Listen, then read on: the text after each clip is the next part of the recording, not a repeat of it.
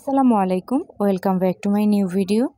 আজকে আমি এমন একটি রেসিপি নিয়ে এসেছি যেটা হয়তো অনেকের কাছে মজাদার, কিন্তু অনেকের কাছে অপছন্দনীয়। দেখা যায় বাসায় যখন মুরগি আনা হয় তখন অনেকেই কিন্তু গিলা গলা মাথা পা এগুলো খায় না।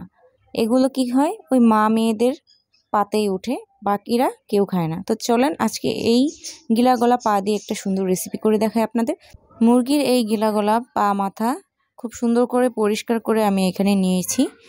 এখন এটা রান্না করতে যা যা উপকরণ লাগবে সেই উপকরণগুলো আপনাদেরকে আমি দেখিয়ে দিচ্ছি। তো এখানে আমি নিয়েছি কাঁচামরিচ কুচি, কাঁচামরিচ বাটা, পেঁয়াজ কুচি, আদা বাটা, জিরা বাটা, রসুন বাটা। তো তারপরে একটি পাত্র নিয়েছি। পাত্রটি গরম হয়ে যাওয়ার পরে আমি এখানে পরিমাণ মতো তেল দিয়ে নিয়েছি। তেলটা গরম হয়ে যাওয়ার পরে আমি এখানে পেঁয়াজ কুচি, মরিচ কুচি দিয়ে নিয়েছি। এই পেঁয়াজ কুচি এবং মরিচ কুচিটা ভাজা ভাজা হয়ে যাওয়ার পরে আমি এখানে অ্যাড করব বাটা মশলাগুলো, যেগুলো ইতিমধ্যে আমি আপনাদেরকে দেখিয়েছি। পেঁয়াজটা যখন হালকা বাদামি রঙের হয়ে যাবে তারপরেই কিন্তু আমি ওই মশলাগুলো এখানে অ্যাড করব। নেড়ে চেড়ে ভালোভাবে পেঁয়াজ কুচিগুলোকে ভাজতে হবে যাতে করে কড়াইতে লেগে না যায়। তো এইভাবেই কিন্তু আস্তে আস্তে পেঁয়াজ এবং কাঁচামরিচের কালারটা পরিবর্তন হবে। এই পর্যায়ে কিন্তু এখানে অ্যাড করে নিব তেজপাতা, দারচিনি, এলাচ, যেগুলো আমি বেটে নিয়েছি। এলাচ এবং দারচিনি মুখে পড়লে খেতে ভালো লাগে না, তার জন্য আমি ওটা মাঝে মধ্যে রান্নার মধ্যে বেটে দেই যাতে আর মুখে না পড়ে। আপনারা চাইলে আস্তেও দিতে পারেন, আবার বেটেও দিতে পারেন, আপনাদের পছন্দ মতো। তো পর্যায়ক্রমে আমি আমার বাটা মশলাগুলো এখানে দিয়ে নিয়েছি। এখানে দিয়ে নিয়েছি আদা বাটা, রসুন বাটা, জিরা বাটা আর একটু কাঁচামরিচ বাটা, যাতে ঝালটা হয়। এবার সামান্য পানি দিয়ে নিয়েছি যাতে করে এই মশলাগুলো পুড়ে না যায়। তারপরে কিন্তু আমি এবার সবগুলো উপকরণ ভালোভাবে মিশিয়ে নিব। এর মধ্যেই আমি আবার গুঁড়া মশলা দিয়ে নিব। যখন তেল উঠে আসবে তারপরেই কিন্তু আমি এখানে দিয়ে নিব গুঁড়া মশলা। তো প্রথমে আমি দিয়ে নিলাম লবণ। লবণটা আপনারা আপনাদের পরিমাণ মতো দিয়ে নেবেন, স্বাদ মতো। তারপরে আমি এখানে অ্যাড করব 1 চামচ হলুদের গুঁড়া, হাফ চা চামচ মরিচের গুঁড়া। যেহেতু আমি কাঁচামরিচ বেটে দিয়েছি তার জন্য মরিচের গুঁড়া পরিমাণটা খুবই অল্প দিয়েছি, যাতে করে কালারটা আসে, তার জন্যই কিন্তু দেওয়া, না হলে কিন্তু দিতে হতো না। মরিচের গুঁড়া দিলে কালারটা সুন্দর আসে। তো এবার আমি সবগুলো উপকরণ ভালোভাবে মিশিয়ে নিচ্ছি যাতে করে পোড়া লেগে না যায়, তার জন্য অনবরত নাড়তে হবে। এই পর্যায়ে চুলার আঁচ মিডিয়ামে রাখতে হবে। মিডিয়াম থেকে একটু লোতে রাখলেই বেশি ভালো হয়, যাতে করে না পুড়ে যায়।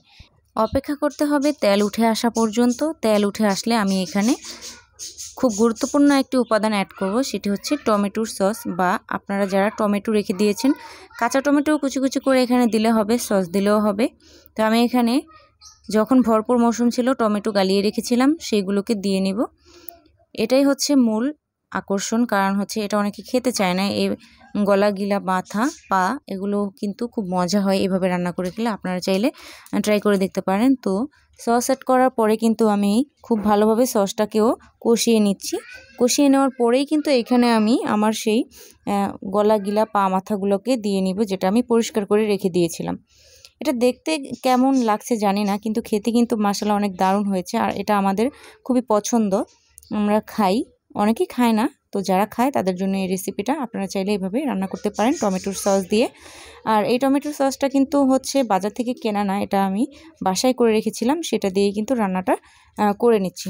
তো যাতে পুড়ে না যায় তার জন্য চুলার আঁচ একদম লো রেখে আমি অনবরত নেড়ে চেড়ে মশলাগুলোর সাথে মিশিয়ে নিচ্ছি। এবার দিলাম ঢেকে, হালকা পরিমাণে পানি উঠবে এগুলো থেকে, ওই পানি দিয়ে আমি কিন্তু কষিয়ে নেব, এক্সট্রা কোনো পানি আমি অ্যাড করব না। তো দেখা যাচ্ছে হালকা পরিমাণে পানি উঠেছে, এখন আমি আবার একটু নেড়ে দেব, নেড়ে দিয়ে আবারও ঢেকে দেব। এভাবে 10 মিনিট ঢেকে দেওয়ার পরে কিন্তু আমাদেরকে পানি দিতে হবে পরিমাণ মতো। তো আমি কিন্তু 10 মিনিট পরে এসেছি, এবার হচ্ছে পানি দিয়ে নিচ্ছি। অল্প পরিমাণে পানি দিব, যেহেতু এই পানিটাকে আবার আমি একদম শুকিয়ে ফেলবো। এবার আমি পানি দিয়ে পা আর গলা মাথাগুলোকে ঢেকে দিচ্ছি আবারও 10 মিনিটের জন্য। তো 10 মিনিট পরেই কিন্তু আবার ঢাকনাটা তুলে দেখলাম যে পানিটা অনেকটা শুকিয়ে এসেছে এবং বলক উঠে গিয়েছে। এবার আমি আরেকটু নেড়ে চেড়ে দিচ্ছি। এভাবে নেড়ে চেড়ে রান্নাটা কমপ্লিট করতে হবে। আপনারা অনেকেই এগুলোকে ফেলে দেন, আসলে ফেলবেন না আজকের পর থেকে। আপনারা এভাবে রান্না করে খাবেন, অনেক ভালো লাগবে। আর আমার ভিডিওটা যদি আপনাদের রান্নার কাজে কোনো উপকার বা কাজে লাগে তাহলে একটা লাইক করে দিবেন। তো আমার কিন্তু রান্নাটা কমপ্লিট হয়ে গেছে। এই হচ্ছে আমার রান্নার ফাইনাল লুক। মাশাআল্লাহ অনেক সুন্দর হয়েছে দেখতে, যতটা না দারুণ হয়েছে খেতে কিন্তু তার চেয়ে বেশি দারুণ হয়েছে। এটা পরিবারের সবাই খেতে পারবে যারা যারা পছন্দ করে। এটা কিন্তু আপনারা রুটির সাথেও খেতে পারেন, ভাতের সাথেও খেতে পারবেন। যদি আমার ভিডিওটি ভালো লাগে একটি লাইক, কমেন্ট আর শেয়ার করে দিন।